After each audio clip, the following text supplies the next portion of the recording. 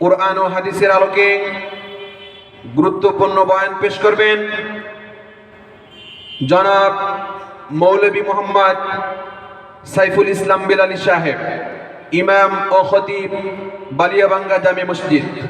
আমি হযরতকে তার গুরুত্বপূর্ণ বয়ান পেশ করার জন্য সবিনয় অনুরোধ জানাচ্ছি। আসসালামু আলাইকুম ওয়া রাহমাতুল্লাহি ওয়া বারাকাতুহু।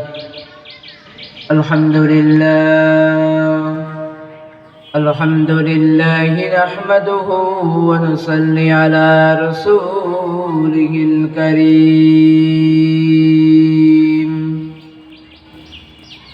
আম্মা বা'দ ফাআউযু বিল্লাহি মিনাশ শাইতানির রাজীম।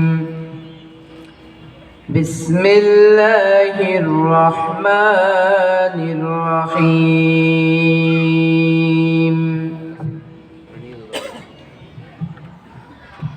ইয়া আইয়ুহাল্লাযীনা আমানুত্তাকুল্লাহা ওয়া কুলু কাওলান সাদীদা।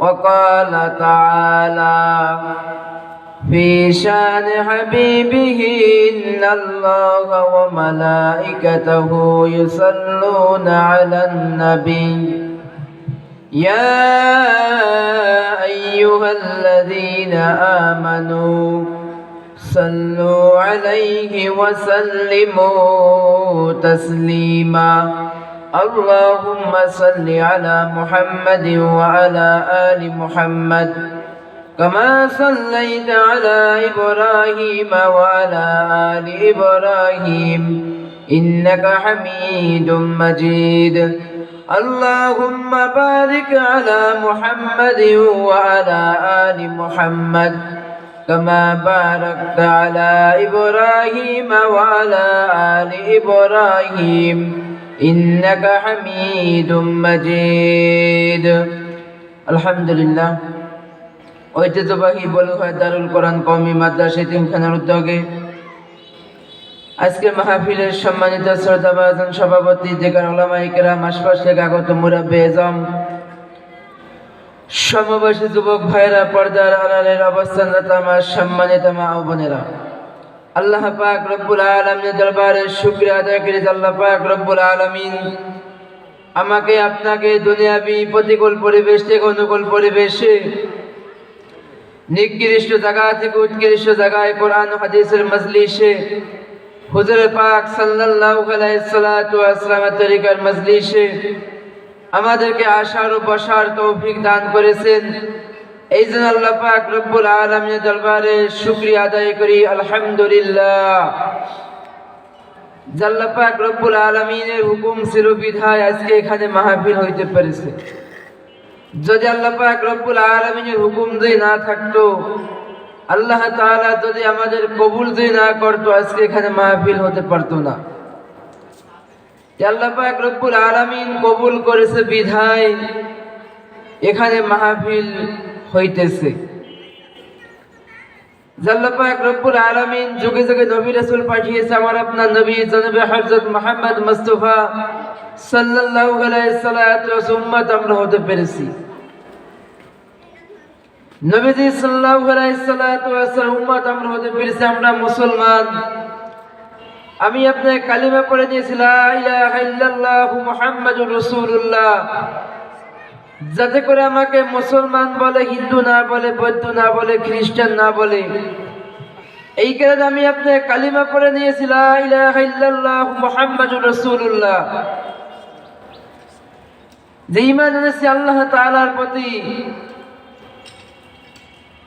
যে আমরা মুসলমান। আমাদের মুসলমানের কিছু ফরজ আছে, সুন্নাত আছে, এগুলো আমাদের মানা লাগবে। আমরা মুসলমান, আমাদের ফরজ বিধান, দায়মি ফরজ হইতেছে তিনটা। মুসলমানের দায়মি ফরজ হইতেছে তিনটা। এক নম্বরে সর্বহালাতে ঈমান অবস্থায় থাকা। এক নম্বরে সর্বহালাতে ঈমান অবস্থায় থাকা।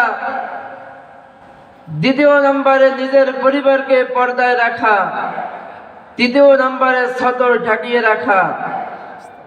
এইটা হইতেছে মুসলমানের দায়মি ফরজ। আমি আপনি ঈমান আনলাম, সর্বহালাতে ঈমান অবস্থায় যদি থাকতে পারি, ওই ব্যক্তির দ্বারা কখনো গুনার কাজ হবে না। নিজের পরিবারকে পর্দায় রাখা লাগবে এবং সতর ঢাইকা রাখা লাগবে। এইটা হইতেছে আমাদের দায়মি ফরজ। তিনটা ফরজ বিধান আমাদের মানাই লাগবে।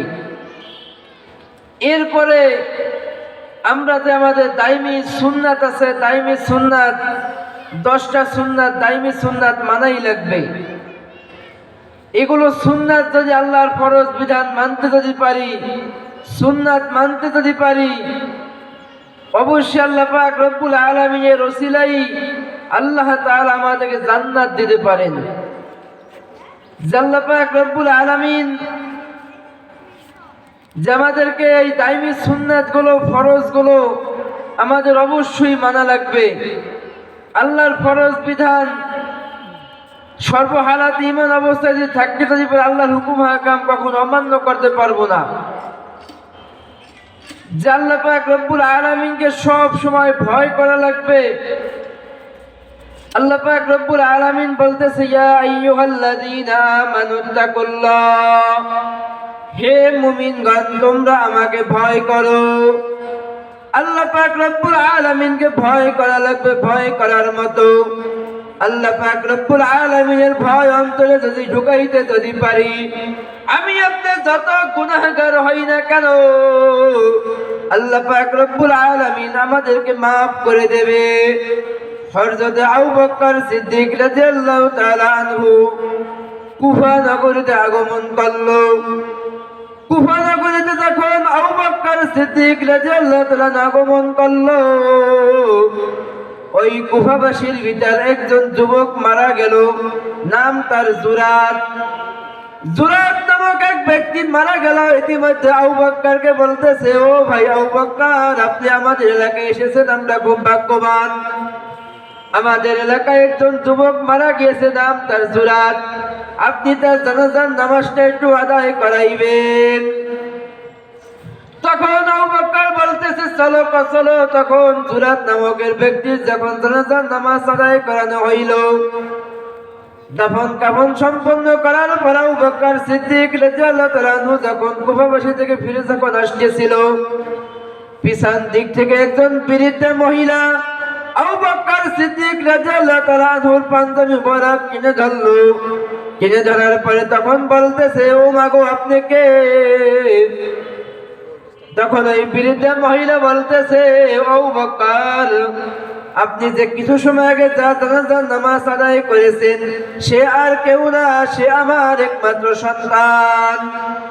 আমি যখন শুনতে পেরেছি আমার জুরাত মারা গিয়েছে, আমি আমার সন্তানকে একটা নজরবার দেখতে চেয়েছিলাম।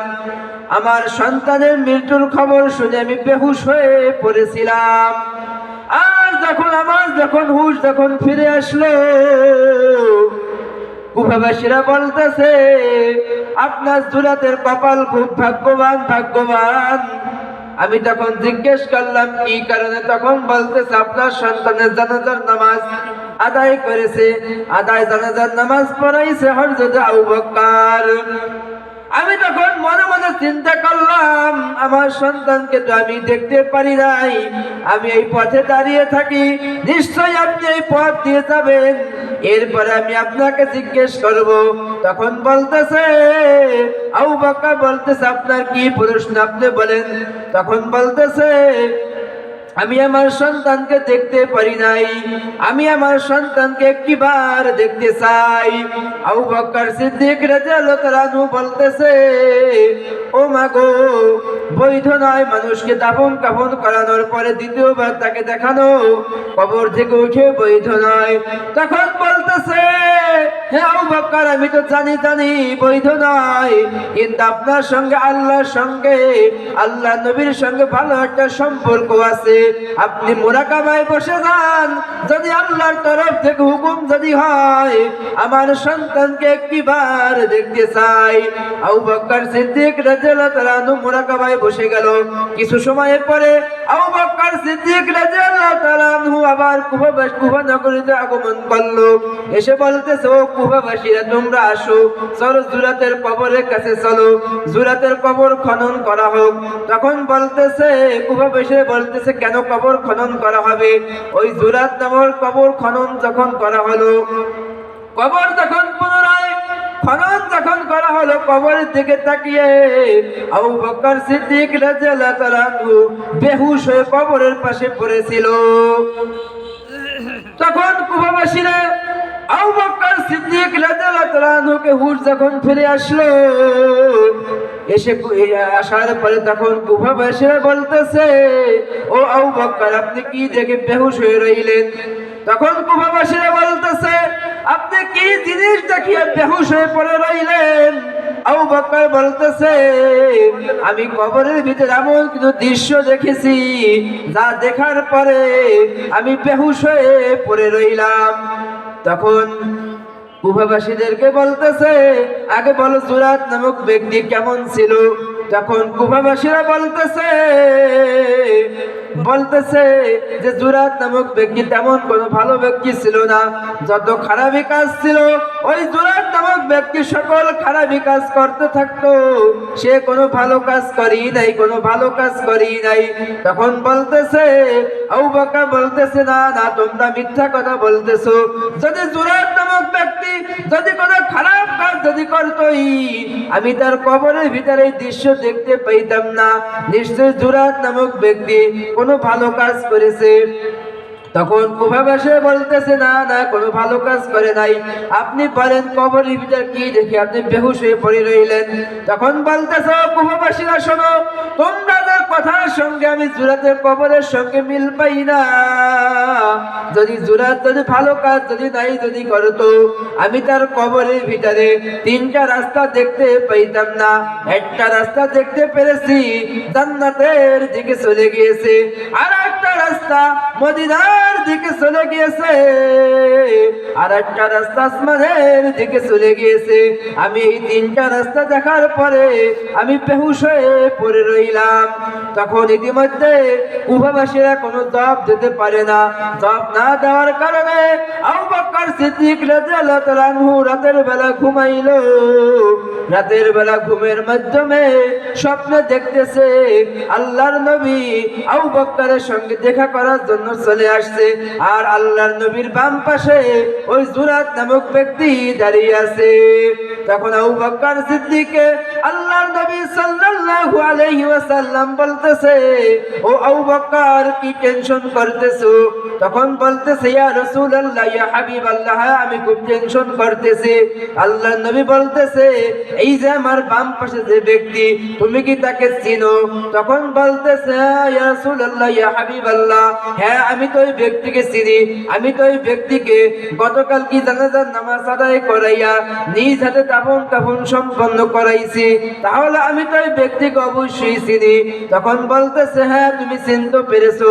আবু বকর সিদ্দিক বলতেছে, ইয়া রাসূলুল্লাহ ইয়া হাবিবাল্লাহ আমার মনে তো একটা টেনশন, আমার মনে খুব ব্যথা। আমি কুফাবাসীদের কাছে জিজ্ঞেস করেছি জুরাত নামক ব্যক্তি কেমন ছিল?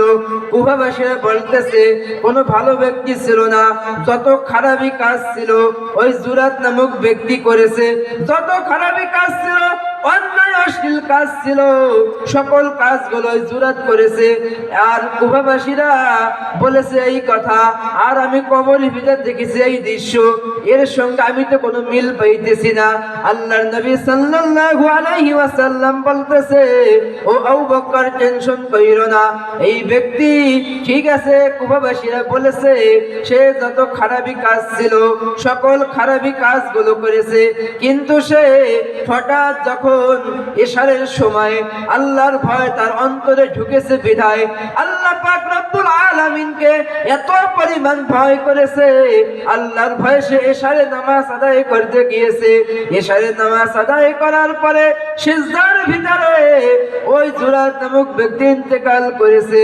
তাহলে চিন্তার বিষয়, আমি আপনি যত খারাপই কাজ করি না কেন, যদি আল্লাহর ভয় অন্তরে যদি ঢুকে, আল্লাহ পাক রব্বুল আলামিন অবশ্যই আমাদেরকে মাফ করে দেবে।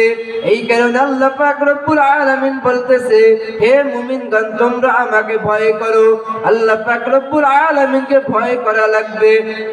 আর আমি আপনি যত ইবাদত বন্দিগি করি না কেন, ইবাদত বন্দিগি করতে হইলে আল্লাহ পাক রব্বুল আলামিনের ভয় অন্তরে ঢুকানো লাগবে। আমি আপনি যত ইবাদত বন্দিগি করি, আমার আপনার নামাজ, রোজা, হজ, যাকাত, দান, সদকা কবুল হইতেছে না। কেন কবুল হইতেছে না? আমার আপনার ইবাদত বন্দিগির ভিতরে তিনটা শর্ত নাই বিধায়, তিনটা হুকুম নাই বিধায় আমার আপনার ইবাদত বন্দিগি আল্লাহ পাক রব্বুল আলামিন কবুল করতেছে না। ইবাদত বন্দিগির ভিতরে তিনটা শর্ত যদি থাকে, তিনটা হুকুম যদি থাকে, আল্লাহ পাক রব্বুল আলামিন আমাদের ইবাদত বন্দিগি, আমাদের দোয়া আল্লাহ কবুল করে নেবে। আমি আপনি যতই আল্লাহর কাছে হাত উত্তোলন করি, রব্বানা রব্বানা রব্বানা, আল্লাহ বলে কাজ হবে না, কাজ হবে না, কাজ হবে না। কারণ কেন কাজ হবে না? যতই পড়ি রব্বানা, আমি খাই হারাম, ওই রব্বানায় কাজ হবে না। এই কারণে বন্দিগি করতে হইলে, ইবাদত বন্দিগি করতে হইলে তিনটা হুকুম থাকা লাগবে ইবাদত বন্দিগির ভিতরে। এক নম্বরে আল্লাহর হুকুম থাকা লাগবে, এক নম্বর শর্ত। দ্বিতীয় নম্বর শর্ত, নবীজি সাল্লাল্লাহু আলাইহি সাল্লাতু ওয়াসসালামের তরিকা থাকা লাগবে। তৃতীয় নম্বর শর্ত, ইখলাস থাকা লাগবে। যদি ইবাদত বন্দিগির ভিতরে এই তিনটা শর্ত রেখে যদি ইবাদত বন্দিগি করতে যদি পারি, অবশ্যই আল্লাহ পাক রব্বুল আলামিন আমাদের ইবাদত বন্দিগি আল্লাহ তাআলা কবুল করে নেবে।